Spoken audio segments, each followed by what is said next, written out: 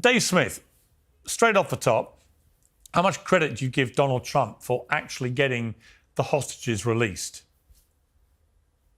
Yeah, he certainly deserves a lot of credit for that. And I think that, obviously from my perspective, from the perspective of people who have been a critic of this, we've been a critic of him supporting Israel's destruction of Gaza since he's been in the White House again. But certainly this was a much better direction to go. And I think everybody involved deserves credit whenever something good happens. And the fact that the hostages are back home, I would also say, I think the fact that 1,700 Palestinians who are being held without charges have been returned is also a good thing. And even though Israel really has not stopped the killing in Gaza, the numbers have been substantially less than they have been for most of the last 2 years. Like, this has been one of the least amount of, every day I read the news on this stuff, and instead of it being 70 people killed every day, it was like 12 people killed every day for a little bit there. And then it got back up to a few dozen in the last 48 hours or so. But so that, look, there is an improvement here. We should all root for less people to die and less innocent people to be held in captivity. However, I think you kind of already addressed this with your question.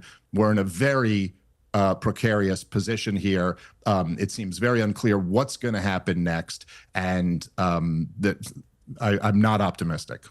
Doron Spielman, J.D. Vance is in Israel right now, and the Vice President said, I feel very optimistic. Can I say with 100% certainty it's going to work? No, but you don't do difficult things by only doing what's 100% certain. You do difficult things by trying. When asked what is the ultimate leadership in Gaza, he said, I don't know. And he said the US will not set a deadline for Hamas disarmament. And he also ruled out the use of any US troops in Gaza. So some clarity there, I think, over what Donald Trump had said when he used the word we, which he clearly didn't actually mean American troops on the ground. The big concern that people have is that you've got a bunch of rebels now swarming around Gaza, Hamas trying to control them, succeeding and failing in equal measure. And there's a bit of chaos there. And in the crossfire are IDF, and you're seeing some IDF soldiers being killed. And then Israel is reacting with force and killing a lot of Palestinians. So this ceasefire has not actually been a complete ceasefire already. And the fear is that it won't take a lot to send the Israeli forces back into full action, not least because you have people like Ben-Gvir and Smotrich in the government who are urging them to do exactly that right now. So, I mean, how confident are you that this, as J.D. Vance says, it's not 100%, obviously, but are you as optimistic as he is that this ceasefire will lead to a lasting peace? Good to see you, Pierce. I actually think here I would more side on the side of Donald Trump. Again, we're hearing two voices. I don't know if they're coordinated or not coming out of the White House. They both, to some degree, reflect reality. There is promise that this is moving forward. There has been less fighting. We've seen that Hamas has been slowly handing over the bodies of dead Israelis. It's a miracle that they brought home the 20 hostages. But the reality here is you're dealing with an unpredictable terror organization called Hamas that has a goal to still destroy Israel. And that is why, again, if you look at the first point at this plan, and especially the point we're looking at now, Hamas, as a condition of this deal, has to demilitarize and be eradicated from the Gaza Strip by either requesting amnesty, turning in their weapons, or leaving the Gaza Strip. And what gives some real bite to this deal is the fact that President Trump, the head of the strongest country in the entire world, is making guarantees. Now, how exactly he's going to go about doing this, we don't know in Israel. What I can tell you is that 53% of Gaza is controlled by Israel. We know the enemy. We understand the enemy's tactics. The enemy just killed, as you mentioned, 2 of our soldiers in violation of this treaty. What Dave said, that the killing is going on, of course, we're not randomly killing anybody. We're trying to kill Hamas terrorists. And when there's an action that Hamas is approaching Israelis, as we know, unfortunately, sometimes civilians are in that area because that's how Hamas works. But you're looking at a deal with Hamas. There's 2 sides to the deal. When Hamas is one of the sides of the deal, there's no guarantee until they're gone, Pierce. Right now, there is the problem. I mean, I would say the problem. Coming back to you, Dave. I mean, I don't quibble actually with what Doron said there particularly, but I would say the exact same thing applies the other way, right, is that there are people in that Israeli cabinet like Ben-Gvir absolutely itching to restart the fighting. In fact, they don't think it should have stopped. You know, he actually said at the weekend, I call on the Prime Minister to order the IDF to renew full-scale fighting in the Strip at full strength.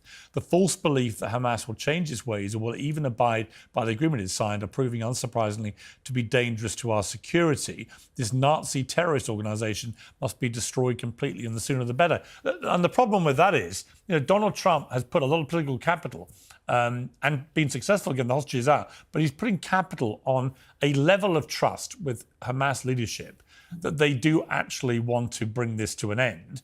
But at the same time, he's got senior Israelis in the government there who want the complete opposite. So, you know, there is a lot of distrust on both sides here.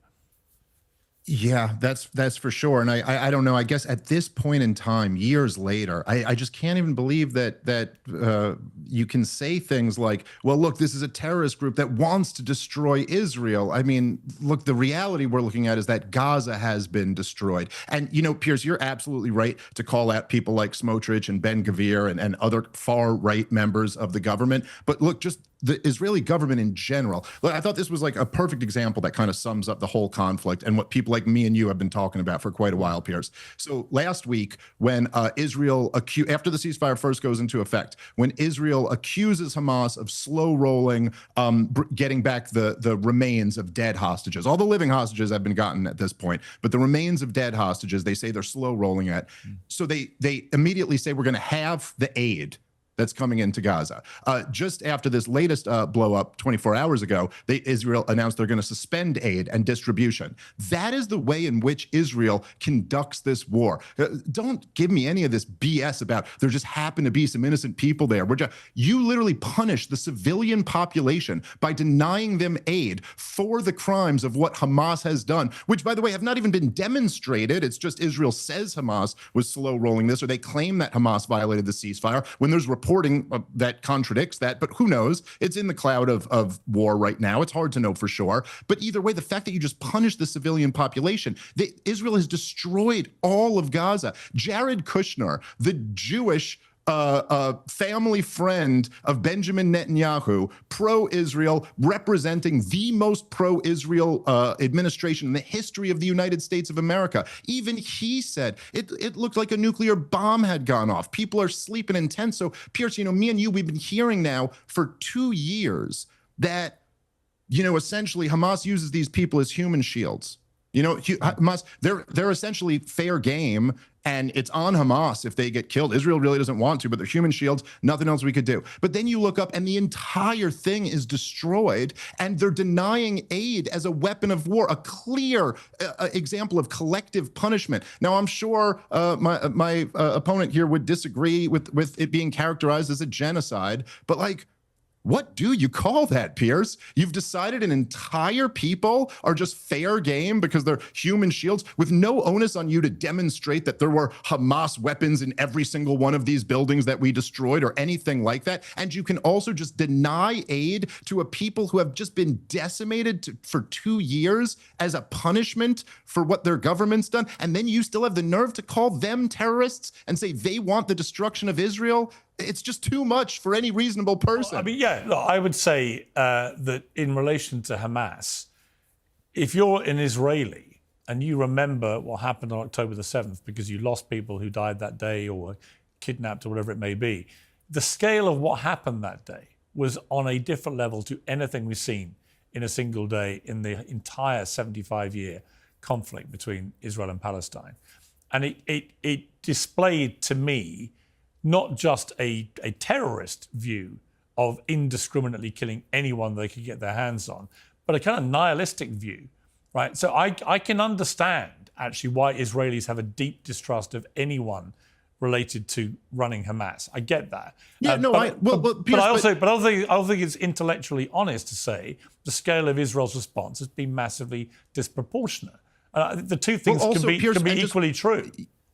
I think that's right. And of course, who would think any Israeli would trust Hamas? But the other thing here, I was just reading earlier today, Haaretz had a piece about how essentially the Israeli government is very frustrated because there is no counter to Hamas that's rising, and there aren't as many protests as they think. There aren't as many rival gangs, and Hamas still has control of all this area. But Pierce, just think about what the implication of that is. How many times have me and you been told over the last 2 years, by your guest right here in particular, that it is intolerable for Hamas to still be in power, and therefore we have to do whatever we can. And yet they've done all of this, killed tens of thousands of innocent people, destroyed the entire Gaza Strip, and Hamas is still in power. So even by their own logic, you failed on what the goal of this war was. And by the way, Pierce, as you know, I've been sitting here, I'm sorry, it's a little frustrating. I've been sitting here for 2 years telling people, you're not going to destroy Hamas this way. And every one of them said, what do you know, comedian? You're not an expert. And yet here we are at the end of the 2 years. Then all the people, I'm not the only one, we're all totally vindicated.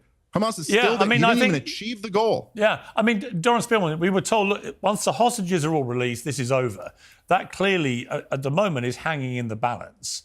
I think it's obvious it wouldn't take a lot for this to flare up again. But what is indisputable, as Dave says, there's no sign that Hamas has lost all its power.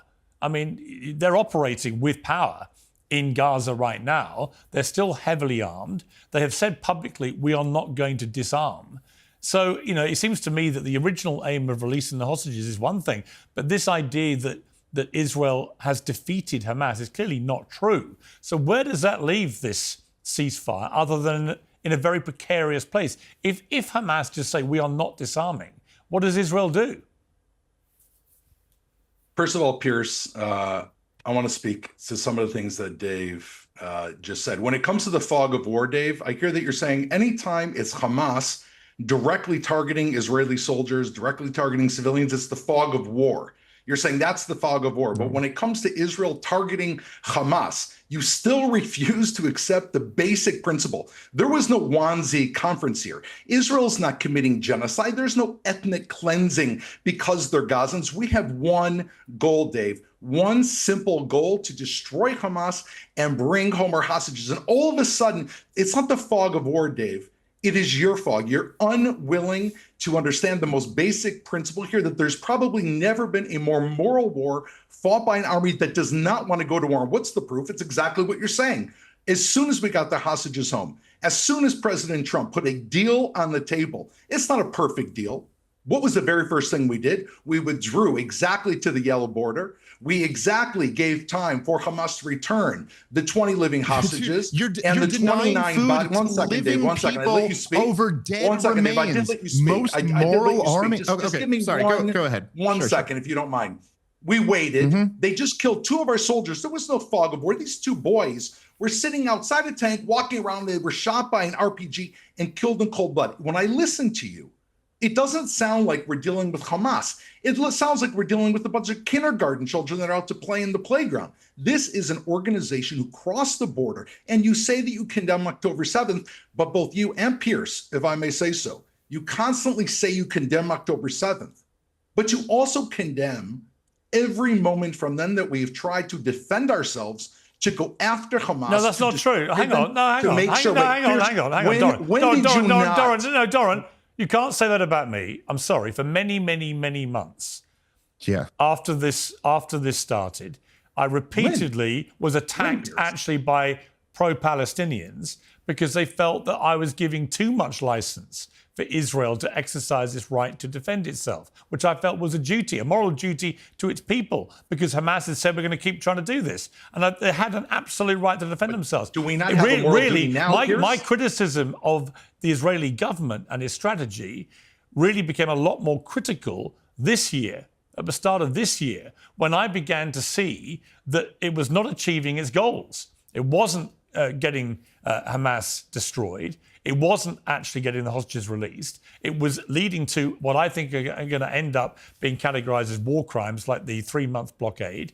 It was leveling Gaza to complete obliteration. And I felt this was, A, completely disproportionate, but B, and probably even more significantly, it wasn't achieving the initial war goals. And coupled with that, we have people like Smotrich and Ben-Gvir openly talking about their desire for ethnic cleansing. Smotrich and Ben-Gvir, hang on, I know. That's a red herring. Hang on. All the Israeli Prime guests, Minister Netanyahu runs the government. all the Israeli guests I have on always say you should ignore two senior members of the Israeli government. It's a democracy. And I'm sorry. We made the deal. I'm sorry. It's a bit like people saying in Britain with the British government, just ignore what the Chancellor says. Ignore what the Foreign Secretary they're not says. the Chancellor. They have no power. These people are senior members of the government. They have an influence over Netanyahu. No because question. It's a democracy. But if they have an influence, Pierce, then how is it? You're saying both things and they're opposites. If they have influence, we just said that Prime Minister Netanyahu agreed to an imperfect deal presented by President Trump, even though Ben-Gvir and Smotrich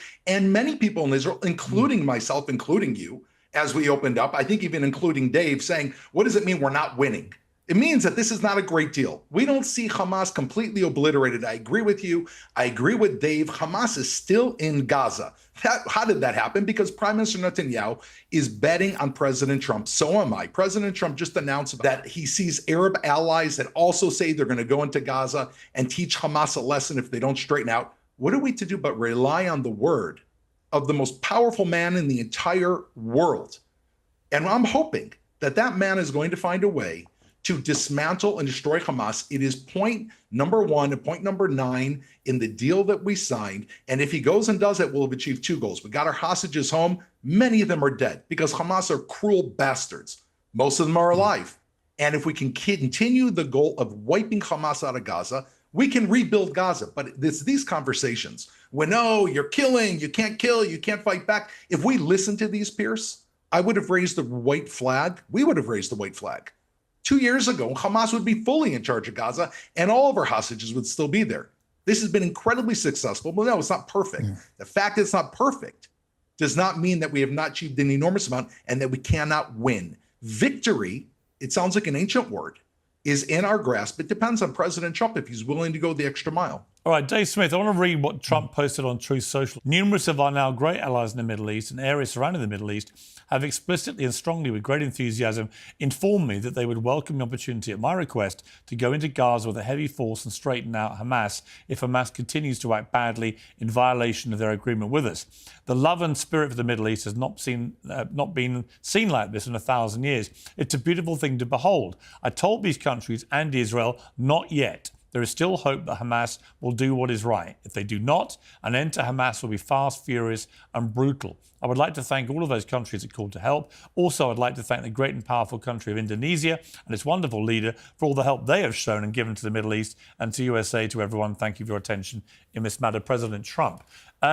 So he's coming under a lot of pressure, clearly, to potentially commit American forces to engage, it seems from this post, with Israel to finish the job with Hamas. I mean, that would be, to me, a massive and potentially extremely problematic escalation if that was to happen.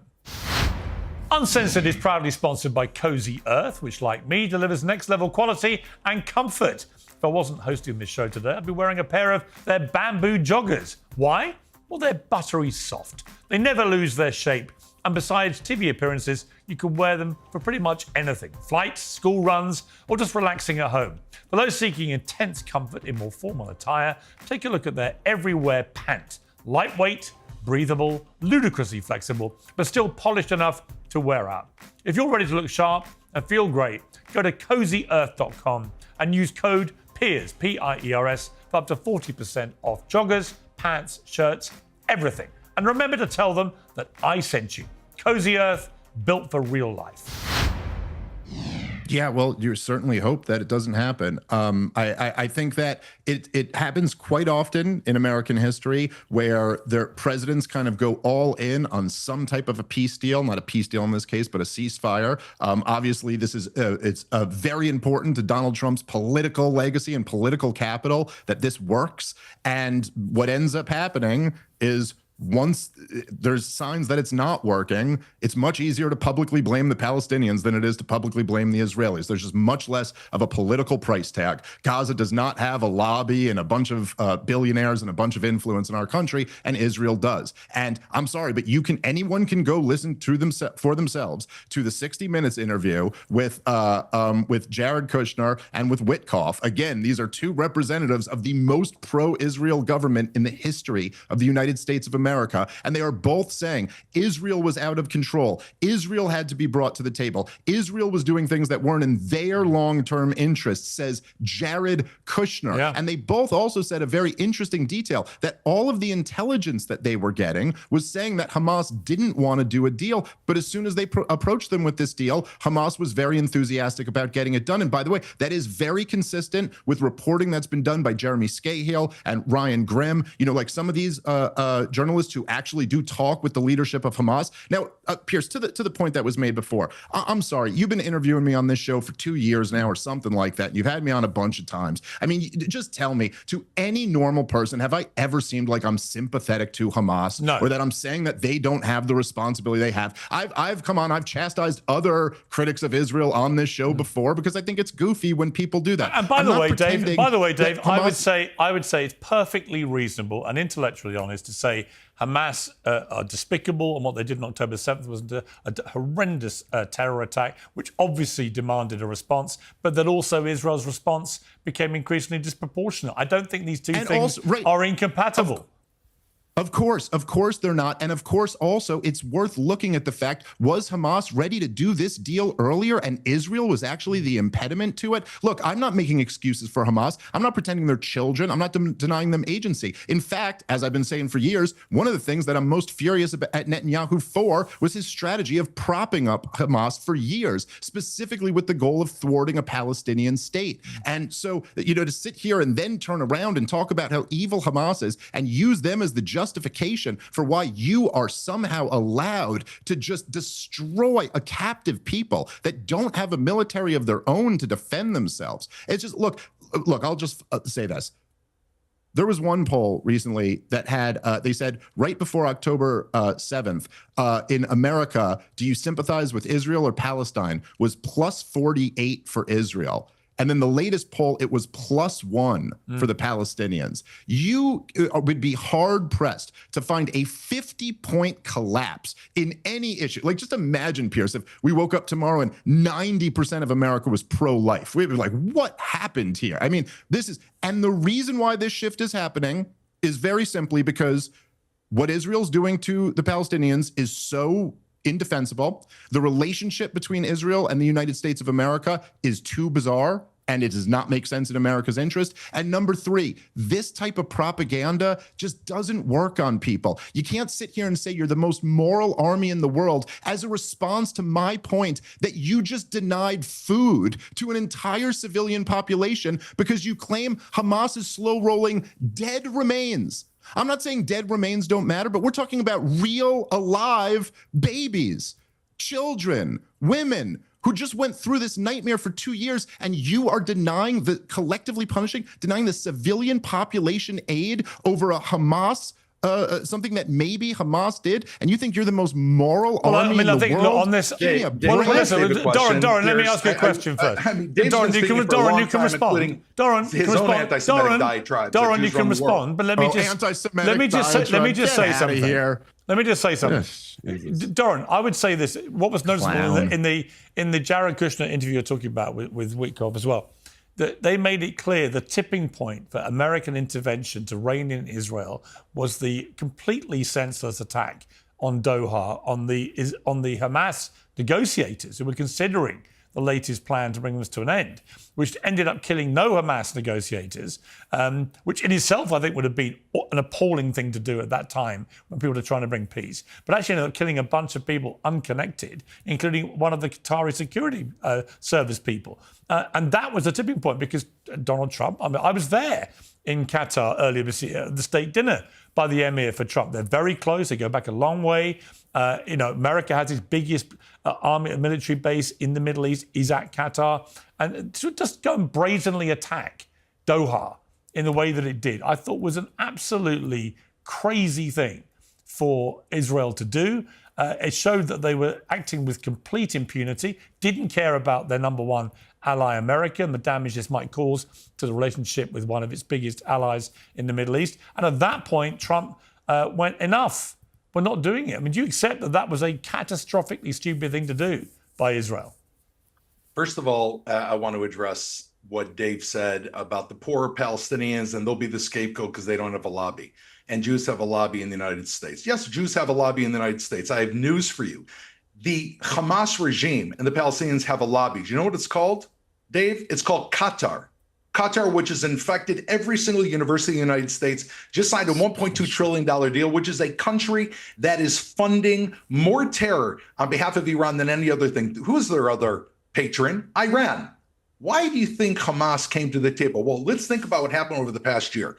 Iran, their major patron, was brought to its knees by who? By Israel. The U.S. flew in and put the cherry on the very top of the sundae. We fought Iran for 11.5 days and completely eliminated the mask of Iran. Hezbollah, their other northern enemy, completely annihilated. I think they probably, if we don't move forward, we'll be able to resuscitate, but they're out of the picture. Syria no longer exists, and Hamas has been eliminated. 3 levels of their leadership has been eliminated. 3 more months of fighting would take them out of the picture. The very thing that you're saying, their very support network is gone. And if you ask me, Pierce, the strike on Qatar, I'm not a member of the government, I'm not a member of the security cabinet. I think it's not a coincidence that within 3 weeks of Israel striking Qatar, there's a peace deal that's bringing 20 hostages home. Now, you might think that the U.S. had no idea. I think that's completely... You think the U.S. had no idea. I think that is completely... Sorry, Doran, I've got to be honest. I think that's a ridiculous nonsense. I think that's a ridiculous thing to say. Why should we apologize for striking this is why you're losing. Regime that is... Wait, I'm going to understand something. Pierce, you said you were at the state dinner. This is exactly why. This is exactly why. I'm sorry, Dave. Yeah. This is a regime that houses the heads of Hamas. This is a regime that is intimately connected, Dave, to 9/11. Yes. Do you think that's a conspiracy theory? Do you think they were connected to 9/11? Do you think is it a conspiracy theory that Benjamin Netanyahu sent the head of Mossad there to, quote, beg them to keep the funds going into Hamas? Is that a conspiracy theory? It's true. It's absolutely true. Okay. And guess what? Then. Guess what? Guess what, Dave? Point match, I think it was Pierce. a horror. Exactly. I agree with your point. Dave, I agree with your point. The fact that we allowed Qatar to fund Hamas all these years under whose pressure? U.S. pressure, Israel not wanting to get the job done, was a catastrophe and led to October 7th. By enabling that regime to get that funding, how can you say that and not hold on, Dave. Benjamin led to October 7th. Immediately. However, once October 7th happened, and Israel woke up to the idea that you cannot contain an enemy like Hamas. You cannot just beat Hamas. You have to risk your lives. You have to go after a regime that spent 20 years, Dave. I was in Gaza. Have you been to Gaza? Did you go to Gaza between 2005 and 2023? I think, does anyone on the internet not know the answer to this question, Pierce? So you have not been to Gaza. So guess what, Dave? If you would have gone to Gaza, like I did, and like many other reporters, then you saw it on the news, it took 18 years for them to build 500 miles of terror tunnels under buildings and our homes, which I've been in, which have seen it with my own eyes. And guess what? We didn't want to go in. Do you know why? Because we knew once we went in, Pierce Morgan, Dave Smith, Doron Spillman would be debating about genocide, which never happened because Hamas put their people there. You are literally scripting, Dave. So you're admitting exactly what how much we didn't want to do. We allowed Hamas to build.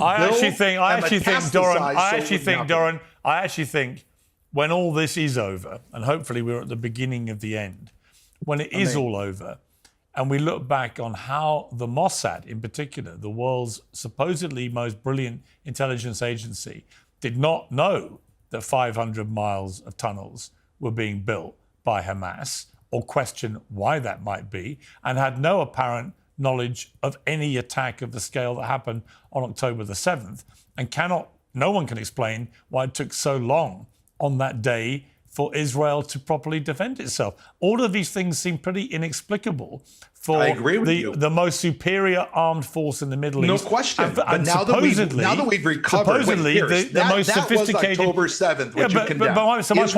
So my point is, there's a lot of accountability to come to answer some of these questions. No question. But and there's no doubt. By the way, you talk about. Hang on. You talk about Qatar. But let's talk about also, I'm going to leave it with this because we have to move on. But, if you look at what Netanyahu did in helping funnel billions of dollars to Hamas through Qatar, then he was trying to do divide and rule with the Palestinian Authority. It suited Benjamin Netanyahu to have the Palestinians split between these two groups. He actively encouraged it. But unfortunately, he created a monster that he didn't realize, or maybe he did, we don't know. He didn't realize the scale of the monster he created, or that it would come and do what it did on October the 7th. And there will be serious questions for Netanyahu when this is over, which may explain why he has perpetuated this war as long as he has, because he's also facing a criminal court case over corruption. Disagree, Pierce. So there are. I'd like I don't think to agree. I'd like 1 minute. I've got to leave it there. I've got to leave it there. Dave, I'm like sorry. 1 minute, half a minute to respond. We've run out of time, but no, that's just my overview. Maybe I'm wrong. Well, it's not your overview. That's your opinion. Yes, my opinion. I will just say that my opinion in 20 seconds with your permission, that Prime Minister Netanyahu has now carried out a war that has destroyed enemies throughout the Middle East and has put Hamas to the brink. And on that, you want to condemn him. On building Hamas, he made a mistake. On fighting Hamas, you cannot condemn him, because that is what is going to protect Israel for the future. You should be pushing that Hamas is going to be destroyed so that Israelis can sleep at night. All right, let me give Dave Smith 20 seconds to respond. Super quick. When Hamas won the elections back in 2005, they didn't win with a majority in one single county. They had in one single area. They had a plurality, and they got in there. If Netanyahu had not been giving them hundreds of millions of dollars during that time period, it's quite possible Hamas wouldn't have even been in power on October 7th, and it wouldn't have happened. Well, they threw people off the rooftops of the building that opposed them, and so do an investigation. They're bad. I think there are a lot of unanswered questions, and I hope we get with Israel's money. I hope we get to the bottom of it. And one way to get to the bottom of it is to let international journalists into Gaza and do their jobs, which remains a disgrace that they're not allowed to. Pierce, start by coming to Israel. I will take you to the kibbutzim. You'll smell the burnt flesh, and you'll understand. I don't need to be reminded how. I don't need to be reminded how awful that was. You need to smell the burnt flesh and see the dirt sitting through the bones, so you understand what we're fighting about. I don't need to do that, because you're quarterbacking without seeing it. No, I don't need to do that. What I need is for international war correspondents, whose job it is to do this, to be allowed free, unfettered access into Gaza to verify all the claims the IDF are making, which at the moment they can make with impunity without anyone knowing if they're telling the truth. That has not happened in any modern war that I can recall. It is completely shameful, and the IDF and Israel's government should allow journalists to go in without following them everywhere they go and showing them a sanitized version of what they've done. And when they do that, if it turns out they've committed no war crimes, fine, I will say that. I have an open mind about this, but I have deep suspicions about what the Israeli government and the IDF have got up to in Gaza, given their continued ban of international journalists. It is completely outrageous that you won't let journalists go and do their jobs there. And there's a reason, I think, and I think it's a reason that Netanyahu feels very uncomfortable about admitting, which is he doesn't want journalists to find out what's really been going on. And maybe I'm wrong, but I don't think I am. I'm going to leave it there. Thank you both very much.